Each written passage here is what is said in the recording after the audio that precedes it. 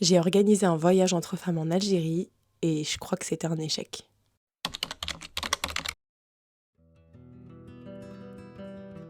Je crois que je n'ai jamais vraiment eu confiance en moi, d'aussi loin que je me souvienne.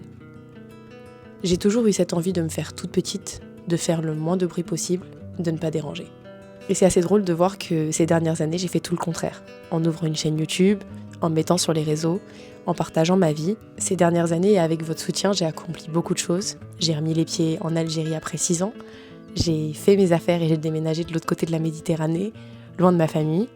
J'ai construit mon petit cocon et j'ai rayé de ma liste des choses que je me pensais incapable d'atteindre. Mais cette année, je crois que j'ai vraiment fait quelque chose qui m'a fait sortir de ma zone de confort. Vous arrêtez pas de me dire que je suis courageuse, que je vous inspire, et pourtant pour moi, ça c'était pas le plus difficile. Moi je suis journaliste, donc me mettre face à une caméra et parler au final, c'est peut-être pas si compliqué que ça pour moi. Par contre, organiser un voyage avec des femmes, les guider, leur demander de me faire confiance, et en plus de ça, les faire payer, ça, c'était quelque chose qui me faisait peur. Parce que ma plus grande peur dans cette histoire, c'était que les gens me fassent confiance, dépensent leur argent et finissent déçus. Et au final, je crois que le fait de l'avoir pensé si fort, ça l'a attiré à moi.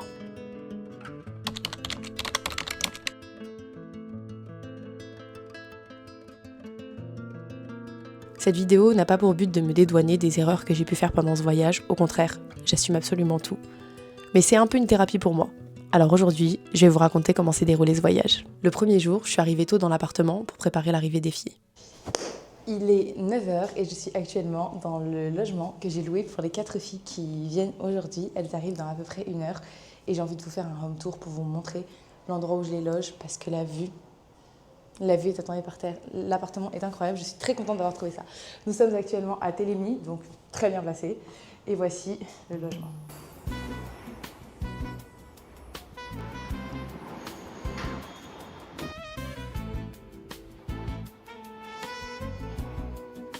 Je suis tellement stressée les amis, je vais mettre une petite musique là, un petit truc sympa à écouter et je vais préparer le petit déj. Là j'ai 20 bardées bien beurrées, elles vont se régaler.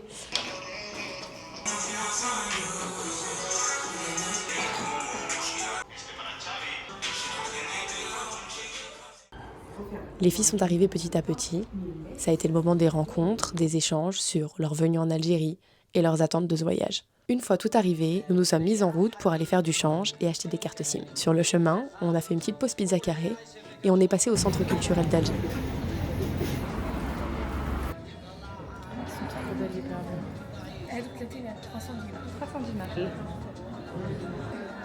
Ah ouais, j'aime trop. Je vais revenir. Vous êtes là jusqu'à quand? On va repasser soit quand on aura fait le change, soit demain on revient de toute façon. Parce qu'ils sont faits à la main donc. C'est magnifique. Ça c'est fait main, tu peux. Ouais. Ça réuni dans la même.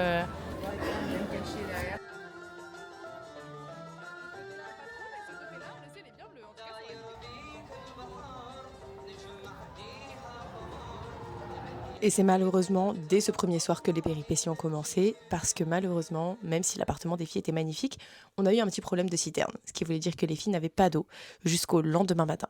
J'ai décidé de laisser ce problème pour un peu plus tard, et pour ce premier dîner, je voulais les plonger à 100% dans l'ambiance algéroise. Nous avons donc dîné à Douez El Hez, qui est une magnifique maison traditionnelle, autrefois propriété d'une famille noble d'Alger, les Chekiken. C'est une magnifique maison qui a été restaurée pour lui redonner sa splendeur d'antan. Et si un jour vous cherchez un endroit pour boire le thé, c'est sans aucun doute dans ces splendides jardins.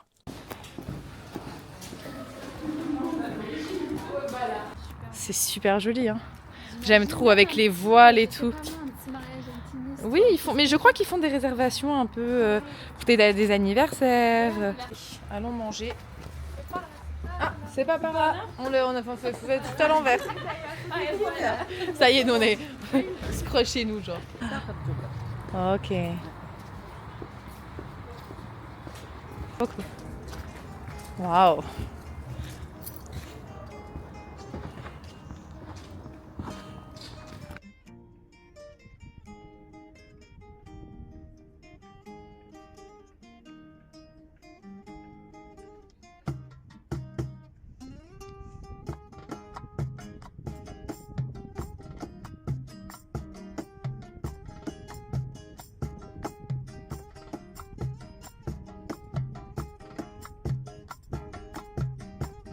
À la fin de ce dîner, les filles avaient envie de se doucher, donc je leur ai proposé de venir dans la magnifique maison d'hôte de ma tante que vous connaissez bien, dans laquelle il y a 4 douches et un hammam.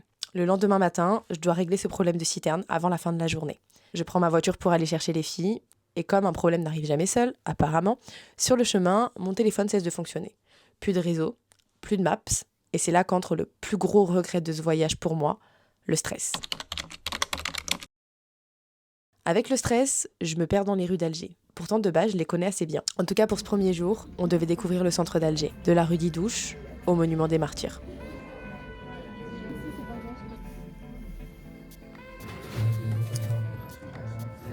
Bah t'achètes.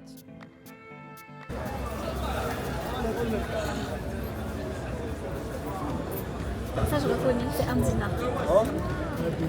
C'est des vieux dinars. Ouais, ça, c'est un dinar. Non, mais je crois qu'il est toujours.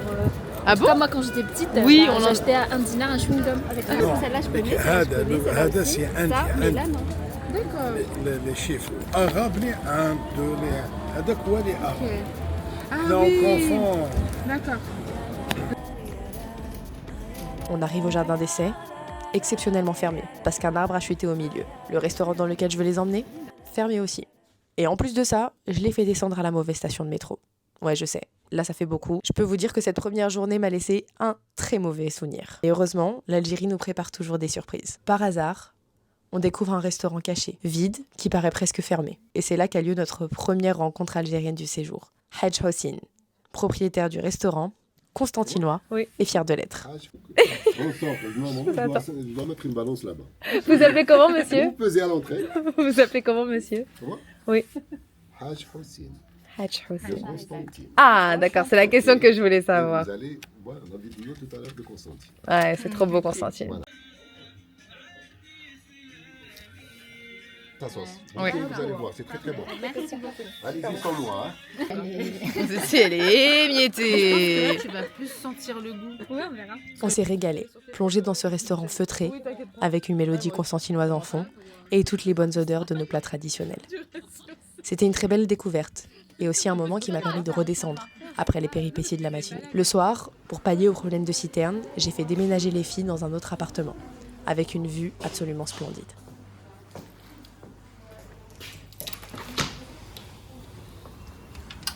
Ça, c'est l'appartement de rechange qu'ont les filles à cause du problème de citerne qu'on a eu. Regardez-moi cette incroyable vue. Désolée pour la qualité de mon iPhone, je sais pas trop ce qui se passe là. Et puis le ventre trop plein, on a marché un peu dans les rues d'Alger avant de finir la soirée au Nour El Hani pour un petit dessert. 3e jour, et pour ce matin, en prévision d'une journée de visite, j'avais programmé un brunch dans l'un de mes cafés préférés, Al Marsen. On a passé nos commandes à un serveur un peu insolite qui nous propose des plats totalement à l'opposé de ce qu'on avait commandé. Première qualité ici, il faut te suradapter. Exactement. Tout le temps. Qu'est-ce que je vous ai dit? Flexibilité et patience. Sinon, t'es mort. Mais il était drôle. Ce qui m'a tué, c'est la ferme. Il l'a écrit, c'est sa carte. Non. Non, il n'y a pas.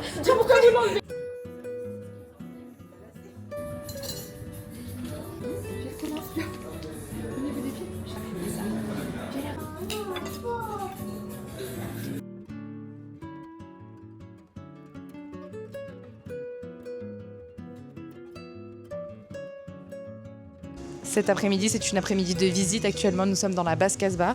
On va aller visiter le palais de Mustapha Pacha, qui est un palais absolument magnifique.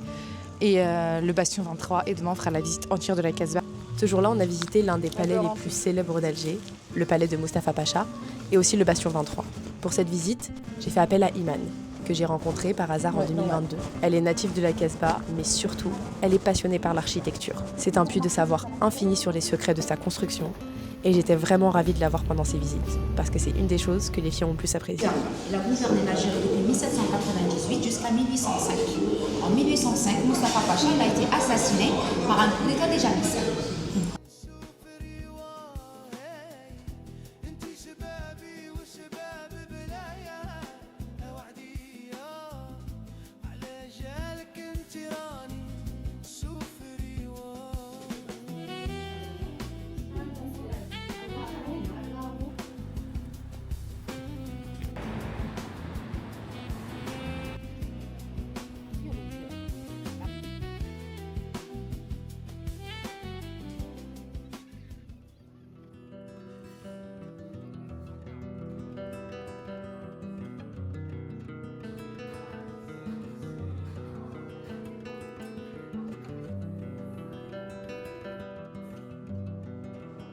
4e jour. C'était une des journées les plus chargées, parce que c'était la seule journée ensoleillée de la semaine. J'avais donc choisi expressément ce jour pour notre visite de la Casbah. Mais avant, je leur ai fait visiter la grande mosquée d'Alger, avec sa vue sur la mer. Aujourd'hui, on a la chance d'avoir un incroyable ciel bleu pour notre visite de la grande mosquée et en plus de la Casbah. Voilà, je suis trop heureuse parce que depuis le début de ce voyage, il a plu.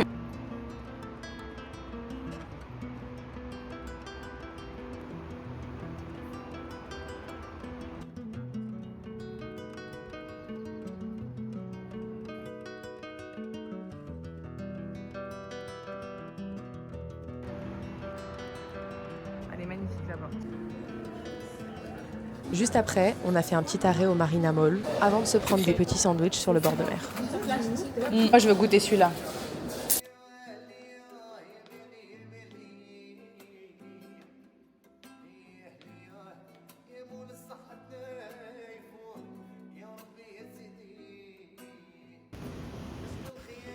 Puis on a enfin retrouvé Iman pour le début de la visite de la Casbah.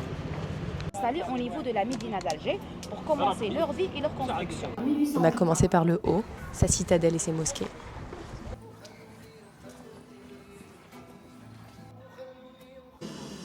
Alors, où était la porte du lait, l'entrée du lait? Ici, celle qui est condamnée ?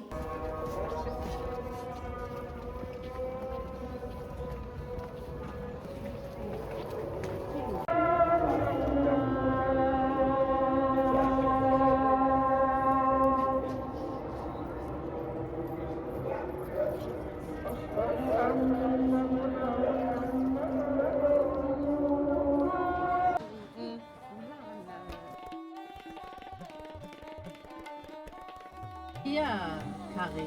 Ouais, tout est ancien.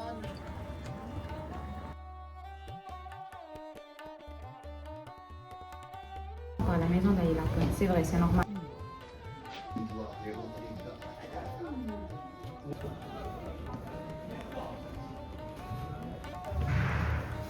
Dans cette visite, passage obligé au Stahel Badja pour sa sublime vue et ses délicieuses pâtisseries.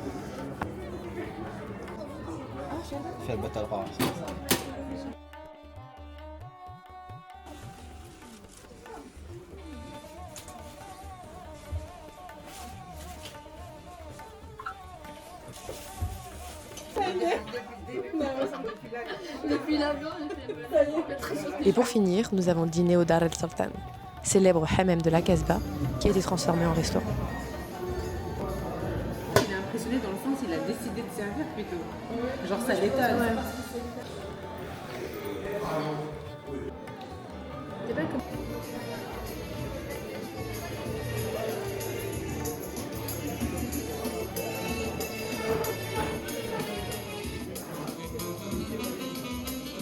Le 5e jour, c'est là que les choses se sont gâtées, avec l'arrivée du cyclone Harry, mais surtout une alerte rouge avec fermeture des écoles, des sites et des musées. J'avais encore beaucoup de visites sur la liste de prévues. Et avec ce cyclone, passer à la trappe le jardin d'essai, mais aussi l'escapade à Tipaza. Je pense que j'ai mal préparé les choses. Moi, je voulais voir un peu comment la météo allait évoluer. Je voulais voir si les choses allaient vraiment être aussi graves que ce qui était prévu. À partir de ce moment-là, je vais avoir très peu d'images du voyage parce que c'est exactement à ce moment que la petite voix dans ma tête a commencé à prendre beaucoup plus de place que prévu. Le temps de voir comment la météo évoluait, on est parti faire un petit tour au marché d'Ain Benyan, sous la pluie. Puis, on est parti au seul endroit qui était encore ouvert ce jour-là, Garden City. On est allé à l'atelier, on a mangé des pizzas, puis on s'est fait virer par la sécurité qui nous disait que le cyclone arrivait. Nous, on était dans le resto et c'est vrai qu'on commençait à entendre beaucoup de bruit dehors. J'ai décidé de les emmener dans une de mes librairies préférées, à Sidi Yahya. On a flâné dans les rayons, les filles ont acheté des petits souvenirs, des carnets, des livres. Et puis on a quand même tenté de voir le musée des Moudjahid, mais malheureusement arrivé sur place, on nous a bien annoncé que c'était fermé à cause de l'alerte rouge. Donc cette journée a été écourtée. Le 6e jour, après avoir dû annuler un brunch car le restaurant dans lequel je voulais absolument les emmener a fermé ses portes à cause de la tempête, on a décidé de commencer notre journée au Odin.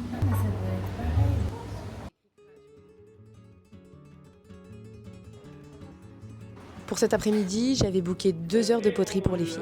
Je crois que c'est un moment qu'elles ont plutôt apprécié. Mais si elle bouge, tu lui dis non.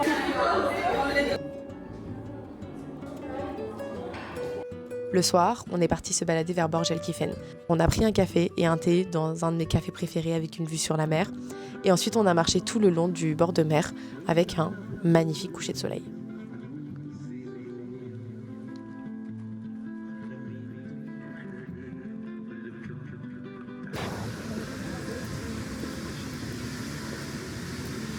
Dernier jour, avant de partir à l'aéroport, je voulais absolument que les filles aillent à la ferme de Zeralda.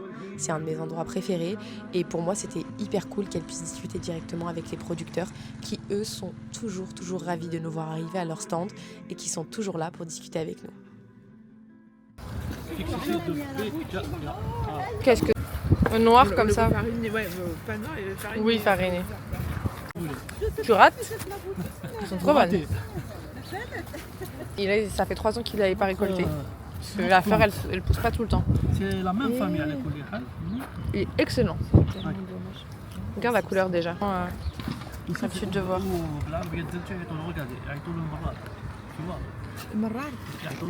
48 ans. Il semble... l'hibiscus. J'ai aussi le gel douche naturel à base de miel. C'est Anissa qui adore les infusions là, il faut qu'elle goûte ça. Ouais, ça tombe, c'est pas grave. La spécialité, c'est la fermentation.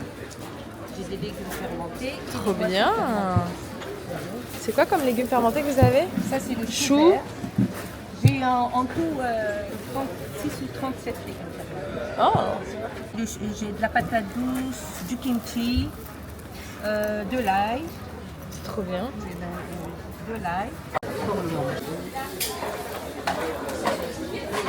Et puis avant de partir pour l'aéroport, on a fait un dernier déjeuner tout ensemble et ça a été l'occasion pour les filles de me faire leur retour. Et c'est là que j'ai compris que les filles avaient été assez déçues parce que malheureusement le programme n'avait pas pu être respecté. Elles pensaient qu'on aurait pu faire beaucoup plus de choses en 7 jours et je pense honnêtement qu'elles avaient raison. Ce voyage, c'était un projet pilote qui a été proposé à un prix très bas parce que c'était une première expérience, que je voulais voir comment est-ce qu'on pouvait organiser un voyage entre femmes dans un pays comme l'Algérie. Et il y a eu beaucoup d'erreurs de ma part. Des erreurs d'organisation, peut-être pas assez d'anticipation sur la météo. Ça a été hyper dur pour moi d'accepter que les filles avaient été déçues. J'ai tenté tant bien que mal de guider les filles dans cette Algérie un peu compliquée, mais certaines ont été assez déçues et donc m'ont demandé un remboursement partiel que j'ai accepté. Je vous ai dit au début que la plus grande de mes peurs, c'était que les gens payent et qu'au final, ils ne soient pas satisfaits.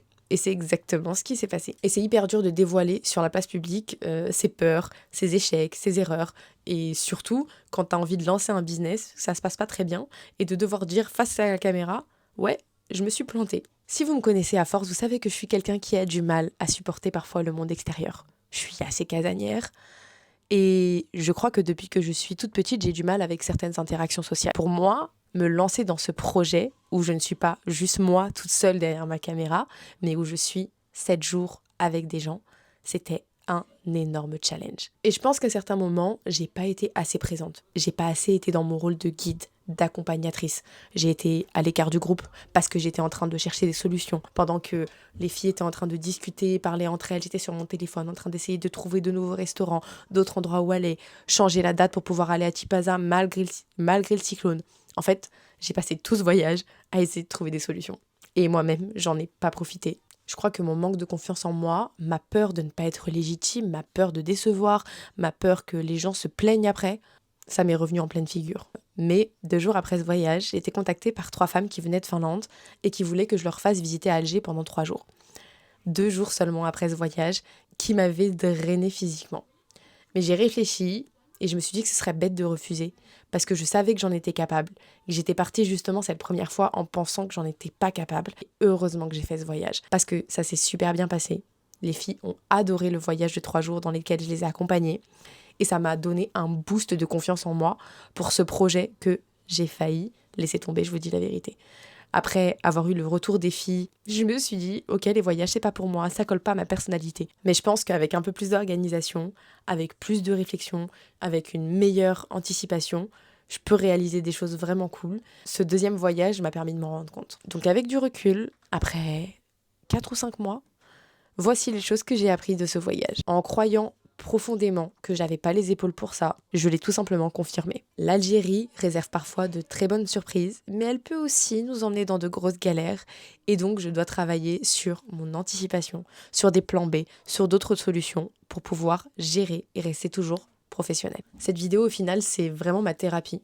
J'ai tenté, je me suis frottée, je me suis foirée, mais c'est pas grave parce que les accompagnements que j'ai fait après m'ont prouvé que quand je fais taire ce stress et cette petite voix dans ma tête, les choses peuvent bien se passer. Je tiens quand même à m'excuser auprès des filles de ce voyage parce que je sais qu'elles ont été déçues. J'espère quand même que vous avez gardé un bon souvenir d'Alger. Moi, j'avais besoin de faire cette vidéo avant de relancer la prochaine édition. J'avais besoin de me délester de ce poids avant de lancer les prochains voyages qui auront lieu normalement au mois de juin. Si vous êtes intéressé, si vous avez envie de participer, si vous avez envie d'avoir des infos, cliquez dans la barre de description. Et cette fois, ça se fera sous le soleil d'été pour être sûr de ne pas avoir de problème de météo. J'espère que vous avez aimé cette vidéo et on se retrouve dimanche prochain.